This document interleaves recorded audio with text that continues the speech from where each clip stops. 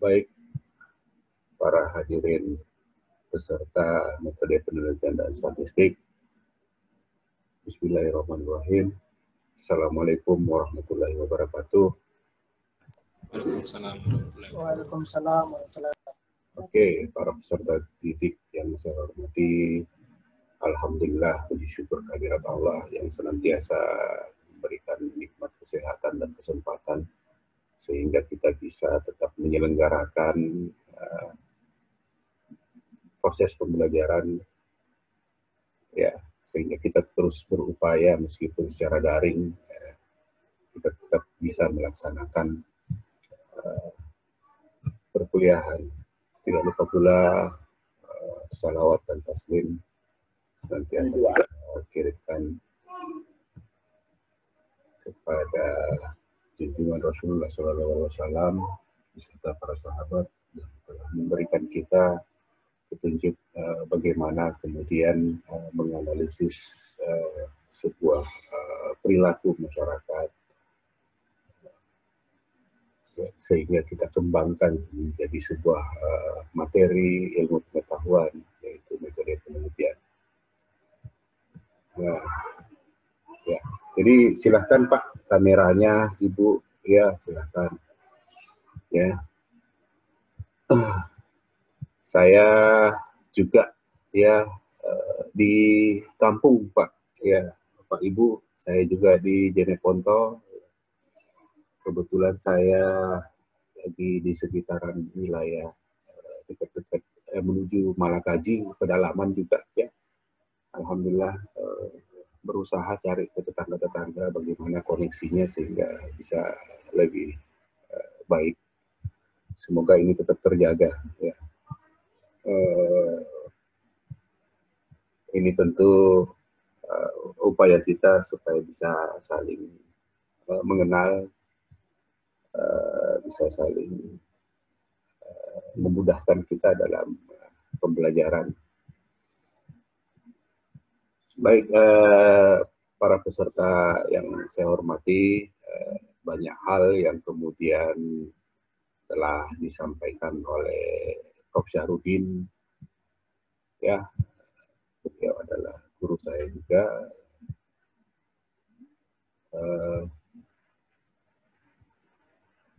Selama ini beliau juga membimbing saya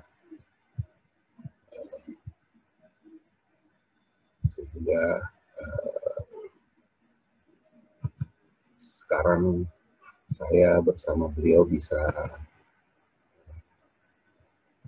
bersanding sebagai tim pengajar di program Pascasarjana Hukum Universitas Muslim Indonesia. Jadi saya mendamping beliau, Aan Aswari. Saya selesaikan S1 di Fakultas Hukum Universitas Muslim Indonesia, S2 juga itu di PPS UMI, dan S3 juga PPS UMI, semua atas bimbingan beliau sehingga saya bisa menyelesaikan dalam waktu 9 tahun 4 bulan untuk semua proses perkuliahan sejak S1 sampai S3. Jadi sekarang saya juga mendampingi beliau di kelas-kelas metode penelitian hukum dan statistik lainnya. Ini semua berkat bimbingan beliau dari S1 sampai S3 yang selalu saya meminta untuk melibatkan beliau supaya saya bisa memberikan sumbangsi terhadap hal ini. Oke, baik para peserta yang saya hormati, metode penelitian hukum, ya, di sini ada peneliti hukum, ya, ada penstudi hukum, ada pengemban ilmu hukum.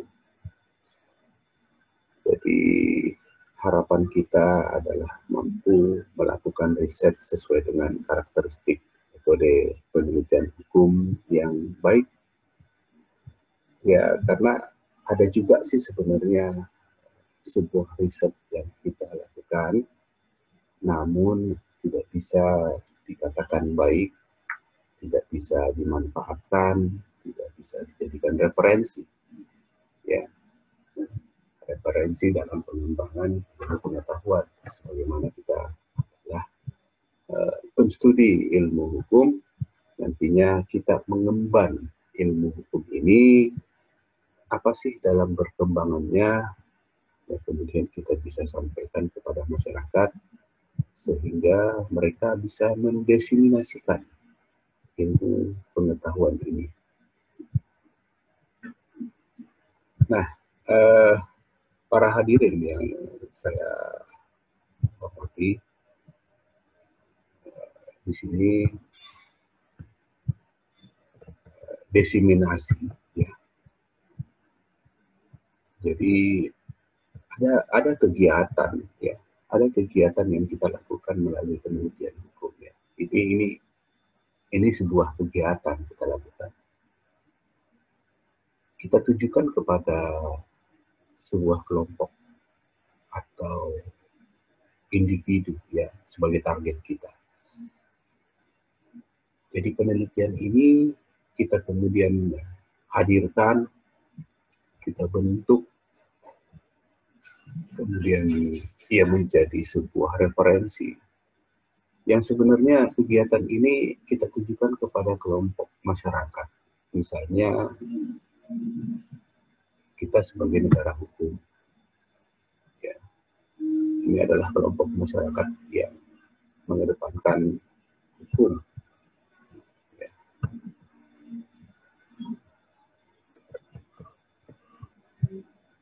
Jadi diharapkan dari kegiatan kita melakukan penelitian, ini diharapkan dapat diaplikasikan oleh target kita, baik kelompok maupun individu, ya, supaya mereka bisa kemudian membentuk sebuah sikap dari informasi yang mereka terima, ya. Informasi dari penelitian yang kita bangun, ada informasi. Akhirnya mereka timbul kesadaran. Ya. Setelah ada kesadaran, mereka menerima. Oh iya, bagus ya. Rupanya perkembangan hukum sekarang seperti itu ya, orientasinya seperti ini ya. Ya. Akhirnya setelah mereka menerima, timbul kesadaran, ya, mereka kemudian memanfaatkan informasi tersebut. Ya. Mereka kemudian katakan, oke, menurut penelitian ini menyatakan bahwa seseorang harus demikian. Ya. Ya. Saya kasih contoh. Baru-baru ini sudah hadir metode pembelajaran semester genap, ya, metode pembelajaran semester genap yang di launch oleh Kementerian, ya, Mas Menteri, bahwa ada metode dalam penyelenggaraan pendidikan selama pandemi. Semester ganjil udah full daring, semester genap udah ada lagi metodenya. Di situ dikemukakan bahwa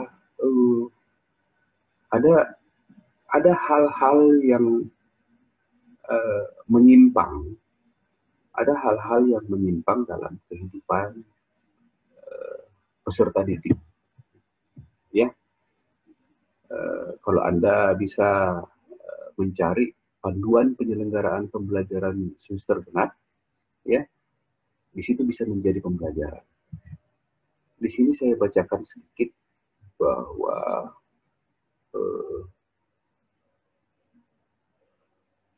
ada tekanan psikososial kekerasan dalam rumah tangga. Ya. Nah, kekerasan di dalam rumah tangga kan memang sudah diatur oleh aturan hukum ya yang konkret ya. Anda boleh cari di mana undang-undang kekerasan dalam rumah tangga.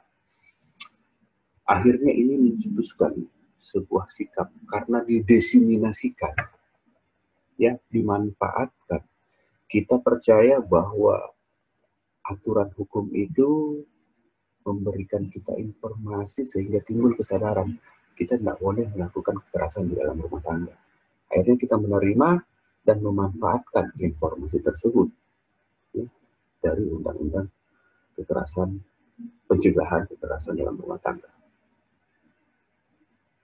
Nah, di dalam sebuah pedoman yang seperti ini, yang saya bacakan ini, pedoman penyelenggaraan pembelajaran pada semester ke-6. Di sini ada kemudian alasan yang menjadi kenapa harus tetap diselenggarakan pendidikan secara langsung. Di sini ada yang menyatakan bahwa ada kekerasan yang tidak terdeteksi. Jadi anak-anak tanpa sekolah, orang-orang yang tanpa sekolah, ya terjebak di kekerasan dalam rumah tangga tanpa terdeteksi, ya, tanpa terdeteksi oleh guru. Nah, inilah yang kemudian hasil diseminasi, ya, hasil diseminasi. Jadi orang menerima informasi tersebut, Kementerian Pendidikan dan Kebudayaan serta Pendidikan Tinggi menerima informasi tersebut, ia menerima, ia kemudian memanfaatkan. Ya.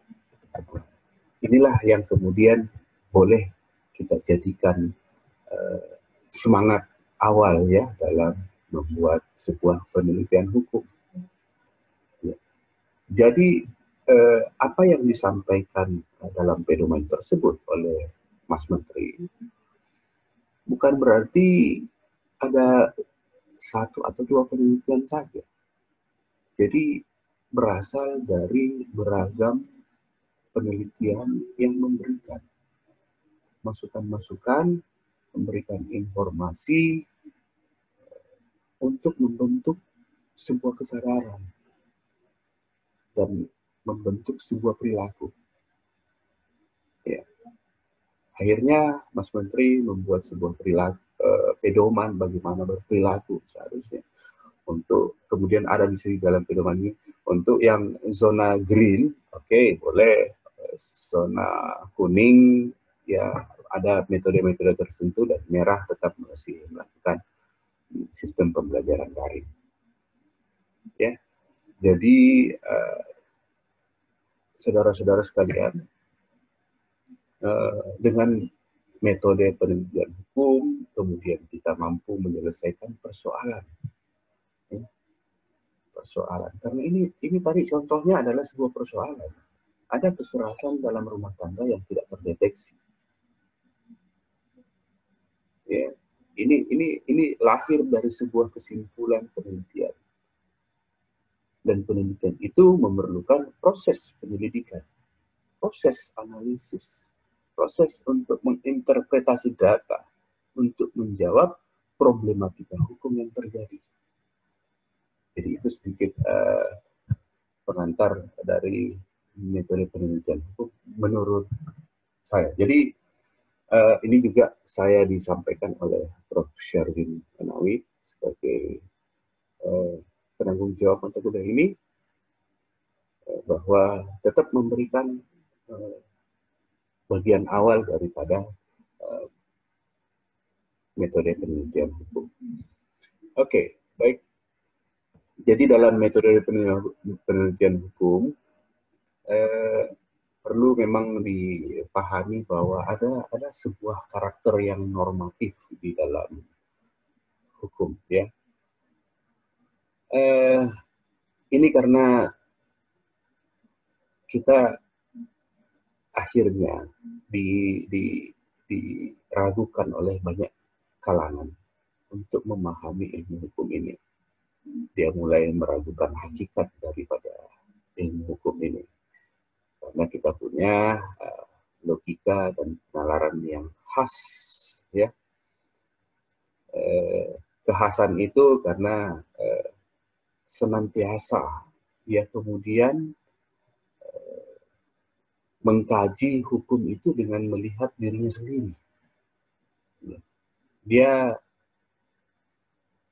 melihat hukum secara normatif, bukan mengenai objek materi misalnya eksak atau sosial. Ya. Jadi bagi ilmu pengetahuan lain, mungkin ada teman-teman yang pernah belajar dengan pendekatan ilmu pengetahuan lain, mungkin berbagai sumber ilmu pengetahuan yang kemudian dia sandingkan dalam ilmu selain ilmu hukum.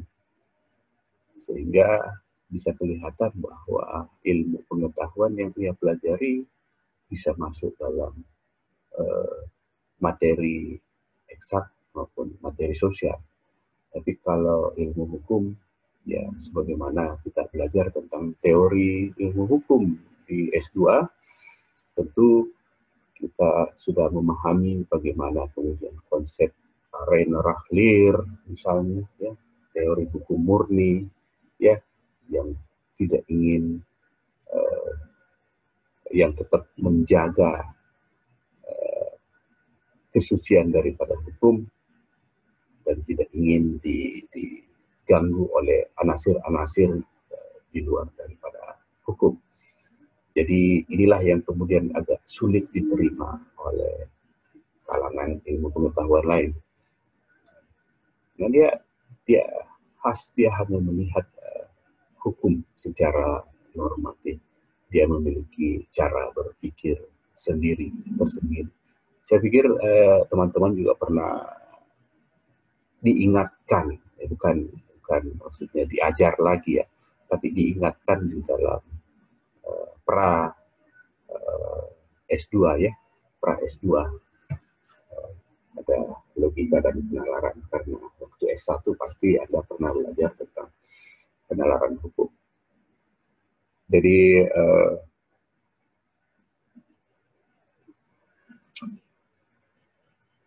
karakter normatif ilmu hukum kemudian ia melahirkan hukum yang normatif karena adanya pandangan positivistik, kemudian ia melahirkan ilmu hukum secara empiris, ya. Nah, jadi inilah kemudian pertumbuhan pengembangan, ya, pengembangan metode penelitian hukum hingga saat ini. Kita ingat bahwa ada pandangan normatif yang kemudian melahirkan ilmu hukum yang normatif, ya, karena sejatinya seperti itu awalnya metode penelitian hukum, ya, memang mengupayakan bagaimana melakukan penelitian hukum secara normatif. Namun terkadang tidak bisa menyelesaikan persoalan-persoalan dengan cepat, sehingga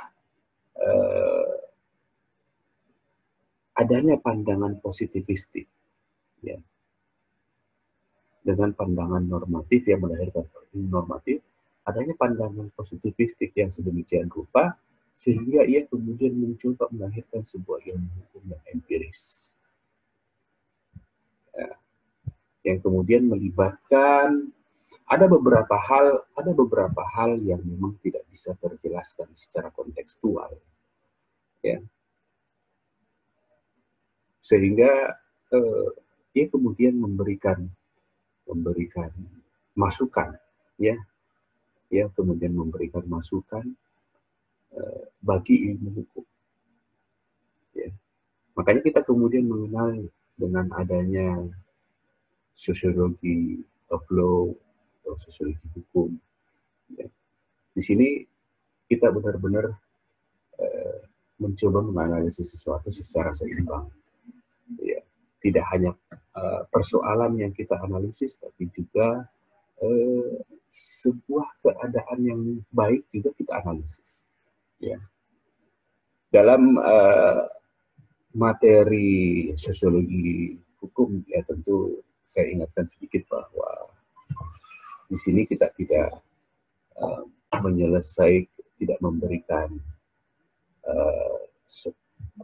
tidak memberikan apa yang namanya, hanya menggambarkan, hanya mendeskripsikan, tapi tidak memberikan sebuah solusi, ya, tidak memberikan sebuah solusi, hanya menggambarkan. Nanti diharapkan hasil daripada penelitian tersebut bisa didiseminasi oleh peneliti-peneliti yang menggunakan pandangan hukum, tipe penelitian hukum, ya, atau yang bisa melahirkan ilmu hukum secara normatif. Ya. Jadi dalam sosiologi hukum, ya, seperti itu, dia hanya menggambarkan bagaimana fenomena-fenomena, bagaimana kemudian ada keseimbangan antara dasolan dan dasai, ya. Itu yang kemudian dia gunakan dan nantinya menjadi sebuah referensi untuk digunakan dalam sebuah penelitian hukum secara normatif. Jadi dia bisa masuk pada bahan hukum sekunder, ya, bahan hukum sekunder. Jadi ini sedikit pengantar untuk metode penelitian hukum hari ini. Jadi yang perlu kita amati juga, kita ini dalam tataran S2, kita udah selesai sebenarnya persoalan dogmatik hukum, tapi tetap kita gunakan dalam penelitian ini, yang kemudian kita sandingkan dengan teori hukum sebagai visual-analisis dalam memberikan gambaran atau deskripsi. Ya. Ranah penelitian hukum, tentunya kita masih ingat bahwa ada lapisan dalam ilmu hukum. Yang pertama adalah dogmatik hukum yang kita pernah pelajari di S1, yang kedua adalah teori hukum, yang ketiga adalah filsafat hukum. Nantinya kita akan belajar di S3. Nah, dulu pernah memang kita lihat, mungkin kalau kita mengamati ijazah orang-orang tua kita, ya, S1-nya di situ ada redaksinya yang menyatakan bahwa gelar sarjana hukum dan bisa menggunakan dan boleh menggunakan gelar doktor seperti itu. Nah, ini seperti contoh yang kita lihat di kampus kita, ada Prof. Soekarno, ya, Prof. Soekarno. Di situ namanya Profesor Dr. Haji Soekarno Aburera, sarjana hukum, ya, nggak ada magisternya gitu. Ini memperlihatkan kita bahwa kala itu, ya, waktu beliau sekolah, ijazah S1-nya itu sudah sederajat dengan doktor. Jadi ya kemudian bisa lanjut untuk mendapatkan guru besarnya, sehingga namanya itu nggak ada magisternya. Dan memang perkembangan dalam ilmu hukum, dogmatik hukum langsung ke filsafat hukum. Belum ada pengembangan sejauh ini. Ya. Kalau Anda bisa melihat bagan daripada lapisan ilmu hukum, ada metateori, ada meta-metateori, itu yang menggambarkan bahwa terakhir kemudian ditemukan konsep teori hukum untuk menjembatani ya, antara dogmatik hukum dengan filsafat hukum. Nah, inilah yang kemudian kita coba gunakan, karena banyak kemudian orang sulit untuk mengembangkan keilmuannya dari tataran dogmatik hukum ke filsafat hukum. Banyak yang kemudian sulit untuk melanjutkan dalam tataran filsafat hukum, karena ada gap yang terlalu jauh antara dogmatik hukum dengan filsafat hukum. Sehingga hari ini muncullah metode pembelajaran dengan strata 2. Strata 2. Yang kemudian menggunakan teori hukum, melatih kita menggunakan teori-teori hukum dalam sebagai isoanalisis dalam mengurai sebuah permasalahan, mengatasi sebuah permasalahan. Nah, inilah yang kemudian menjadi salah satu tujuan kita, saudara-saudara sekalian, bahwa jangan sampai kemudian kita membuat sebuah penelitian hukum yang masih terlihat bahwa kita masih berada dalam tataran dogmatik hukum. Ya, seperti itu, karena terkadang memang ada penelitian mahasiswa S2 yang memang tatarannya masih dogmatika hukum. Ya. Kalau filsafat hukum, saya pikir ini akan menghambat Anda nantinya juga. Waktu penelitian yang sangat panjang, akhirnya konsekuensi terhadap biaya dan waktu kelulusan. Jadi saya pikir kita tetap berada dalam ruang dogmatika hukum dan teori hukum sebagai visuanalisis. Nah, kenapa kemudian saya sedikit menyinggung hal ini di bagian pertemuan awal kita? Harapan saya, saudara-saudara sekalian, bahwa sepanjang kita berusaha benar-benar untuk membuat sebuah penelitian yang baik, ya, saya ingin mengapresiasi, jangan sampai kemudian saudara-saudara sekalian membuat sebuah penelitian yang sebenarnya sudah pernah Anda lakukan sebelumnya, seperti dalam tataran dogmatika hukum waktu S1. Seharusnya hal ini sudah bisa masuk ke dalam tataran penggunaan teori-teori hukum dalam menyelesaikan persoalan di tengah masyarakat yang kita teliti. Ya, penggunaan teori hukum. Memang agak sulit ya menggunakan teori-teori hukum, di mana kemudian kita agak sulit menemukan teori-teori hukum. Ini tentu dari hasil bacaan kita, dari hasil penelusuran kita, sehingga nanti kita bisa nanti kita bisa mendapatkan ya, teori hukum itu, dan kita gunakan di dalam metode penelitian kita. Harapan saya adalah begini, usaha keras kita tuh setidaknya bisa memberikan sedikit kemajuan, gitu.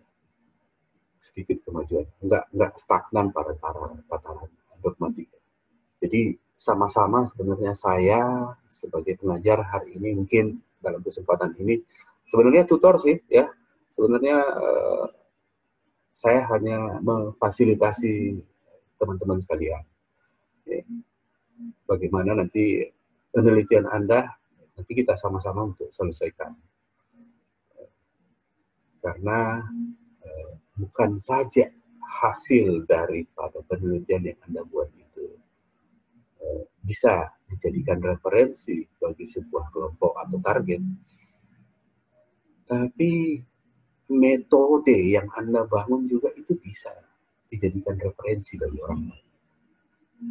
Jadi bukan hanya hasil penelitian yang ada dalam bab pembahasan yang bisa didiseminasikan, tapi juga di metodenya yang bisa didiseminasikan.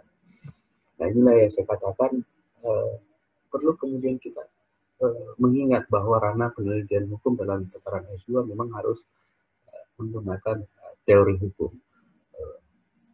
3 sampai 5 teori hukum yang kita gunakan dalam penelitian kita sebagai visual analisis dalam penelitian kita itu sudah memberikan kita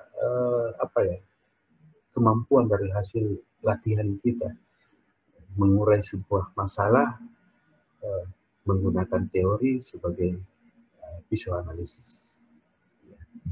Jadi itu sih yang kemudian menjadi sebuah poin penting, salah satu poin penting juga dalam penelitian hukum di S2, ya, supaya memang kita terlatih berpikir secara sistematis menggunakan pendekatan metode penelitian hukum dan menggunakan 2 lapisan ilmu hukum, yaitu dogmatik dan teori hukum. Saya suka cerita gini sama teman-teman di kala santai, ya, kadang-kadang di warung kopi ketemu teman-teman cerita tentang penelitian hukum. Saya katakan setelah kita belajar metode penelitian hukum dan statistik, kemudian kita membuat, kemudian kita berhasil, saya harapkan benar-benar cara berbicara Anda dalam mengurai persoalan hukum benar-benar menggunakan lapisan ilmu hukum secara dogmatik dan teori hukum. Jadi kelihatan dalam cara kita menyampaikan kepada kelompok target atau individu, ya, kelihatan. Tidak hanya sekedar di kertas semata. Ya. Jadi dalam metode penelitian hukum perlu dibedakan dulu, ada metode, ada metodologi, ya. Metode penelitian hukum, ya tentu di sini jelas kita melakukan sesuatu dengan teratur. Ya, ada metode, ada cara kita melakukan sesuatu dengan teratur. Cara kerja kita memahami objek menjadi sasaran ilmu yang bersangkutan. Jadi ada prosedur-prosedur yang kita gunakan, ya. Ada prosedur-prosedur yang kita gunakan di dalam sebuah penelitian. Misalnya, bagaimana kemudian langkah-langkah yang Anda lakukan ketika Anda mencari sebuah referensi. Ya. Bagaimana kemudian langkah-langkah ketika Anda mencari sebuah referensi? Apakah Anda melakukan, saya kasih contoh yang sangat sederhana, apakah Anda berjalan-jalan ke tiap perpustakaan, atau Anda melakukan penelusuran perpustakaan online, atau Anda kemudian semua informasi yang tersedia dalam internet Anda ambil? Seperti itu. Apakah semua yang ada di internet, baik itu yang sesuai dengan kaidah ilmu pengetahuan atau enggak, Anda serap semua? Nah, itu salah satu prosedur yang dilakukan dalam pengumpulan bahan. Jadi metode, benar-benar metode dalam penelitian yang Anda lakukan. Inilah yang saya katakan, jangan, bisa jadi bukan hasil pembahasan Anda yang menjadi rujukan orang lain atau dapat didiseminasikan oleh orang lain, tetapi metode Anda bisa jadi yang menjadi rujukan atau diseminasi orang. Ya setidaknya dari hasil sekolah ini, hasil pendidikan kita ini bisa memberikan sedikit tambahan, sedikit manfaat dari potensi yang kita miliki. Sedikit aja. Ya. Jadi saya sering melihatnya bahwa peran mahasiswa, peran dosen, peran masyarakat adalah satu kesatuan yang secara holistik. Jadi nggak bisa kemudian Sujono Sutanto bisa berbicara tentang kepatuhan hukum, kesadaran hukum tanpa referensi dari orang lain, bahkan mahasiswanya. Tidak bisa kemudian Sacipto Raharjo berbicara tentang hukum progresif sebagaimana teori hukum yang terkenal di dunia itu ya dia ciptakan. Tidak bisa ya kemudian menciptakan dengan sendiri. Dia menyempurnakan dari semua referensi-referensi hukum. Dia kemudian memberikan masukan. Dia kemudian menampilkan sebuah teori yang dikatakan teori hukum progresif, ya, yang kemudian bisa menjadi bahan analisis peneliti lainnya, bisa dimanfaatkan, bisa ditolak, ya, menjadi wacana yang sangat menarik. Itu berkat tulisan-tulisan mahasiswanya, tulisan-tulisan dosennya yang pernah diajarkan oleh di fakultas-fakultas hukum, ya, menjadi satu kesatuan intinya, sehingga menjadi sebuah bentuk konkret dalam bentuk teori hukum progresif. Jadi inilah yang saya katakan tadi, metode yang kita gunakan bisa memberikan sebuah manfaat bagi orang lain. Kalau memang kita tidak bisa memberikan hasil yang maksimal, setidaknya metode atau cara yang bisa dijadikan rujukan orang lain untuk mencapai tujuannya. Ya. Karena memang terkadang kita membaca sebuah artikel, kok sepertinya biasa ya, artikelnya biasa. Sepertinya kita udah tahu nih ya, baca abstraknya atau pendahuluannya. Oh, tahu nih ujung-ujungnya kemana nih. Tapi pas kita baca hasilnya, oh, kok tidak seperti apa yang tergambar dalam benak saya. Ya? Ketika muncul pertanyaan itu, mulailah Anda melihat metode yang ia gunakan. Oh, ternyata ia menggunakan metode penelitian yang unik, sehingga boleh jadi Anda merujuk metode penelitian itu untuk membentuk sebuah penelitian lainnya. Jadi ada teknik-teknik yang digunakan, ada prosedur pengamatan oleh ilmuwan dalam mengolah data, misalnya fakta-fakta, ya, sesuai dengan asas dan aturan tertentu.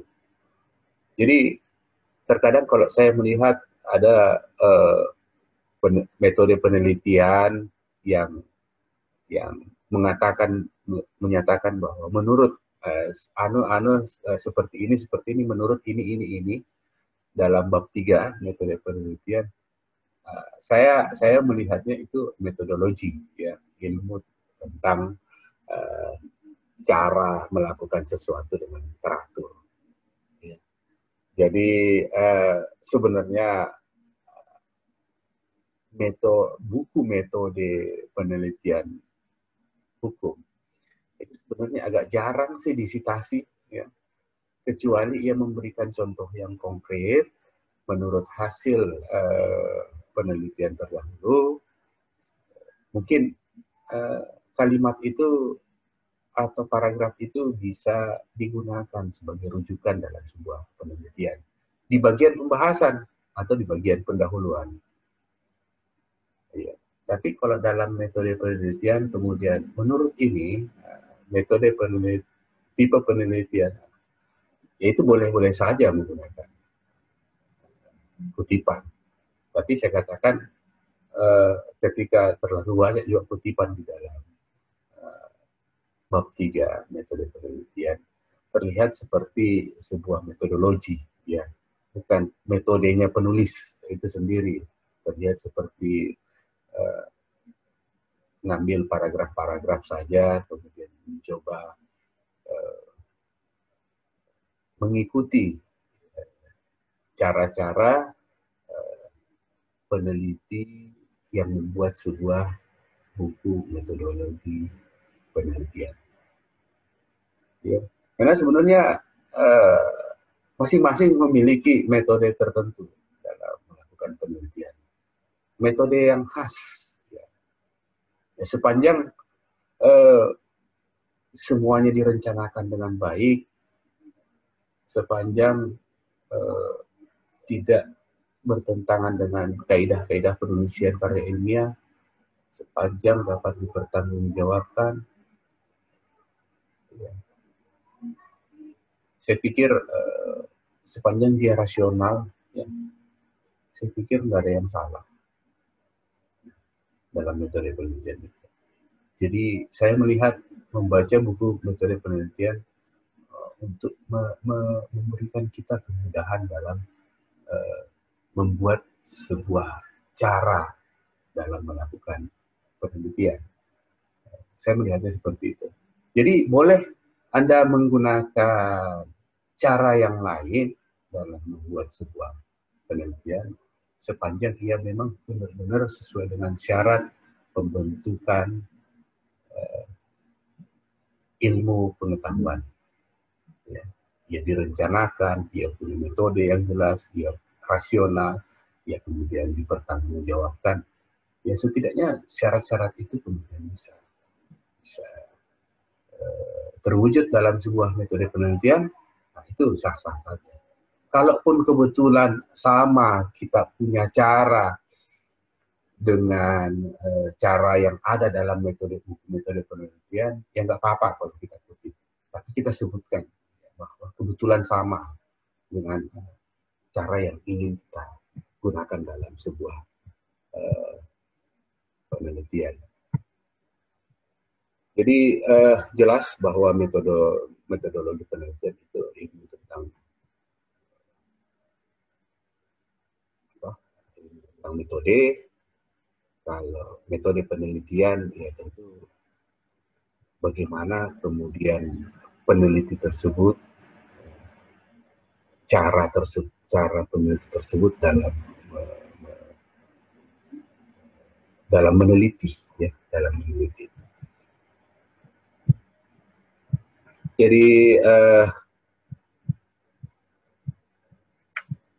Jadi ilmu sebagai metode ilmiah, jadi ada pola prosedural, yang biasa kita baca di dalam buku metode penelitian bahwa ada pola prosedural, yaitu pengamatan, kita melakukan percobaan, kita melakukan pengukuran, ada survei, ya, kemudian ada langkah-langkah bagaimana menentukan sebuah masalah melalui isu, bagaimana pengumpulan data, bagaimana pengujian hasil. Ya.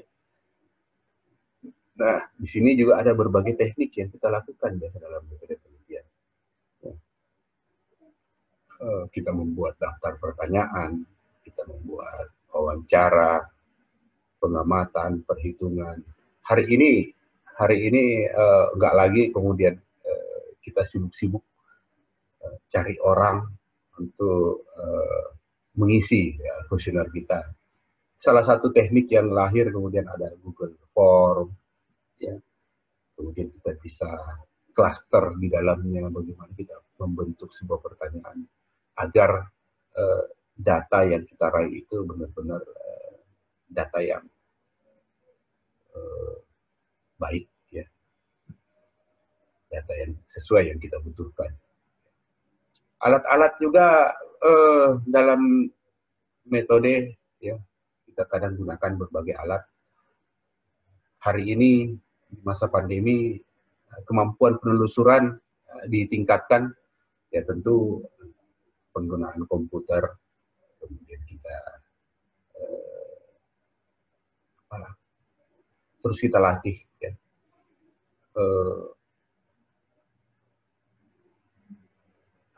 Ada beberapa software, ya, yang kemudian bisa membantu kita untuk membaca sebuah berbagai referensi yang kita butuhkan, ya, aneka alat, ya, baik itu bentuk software maupun hardware. Oke,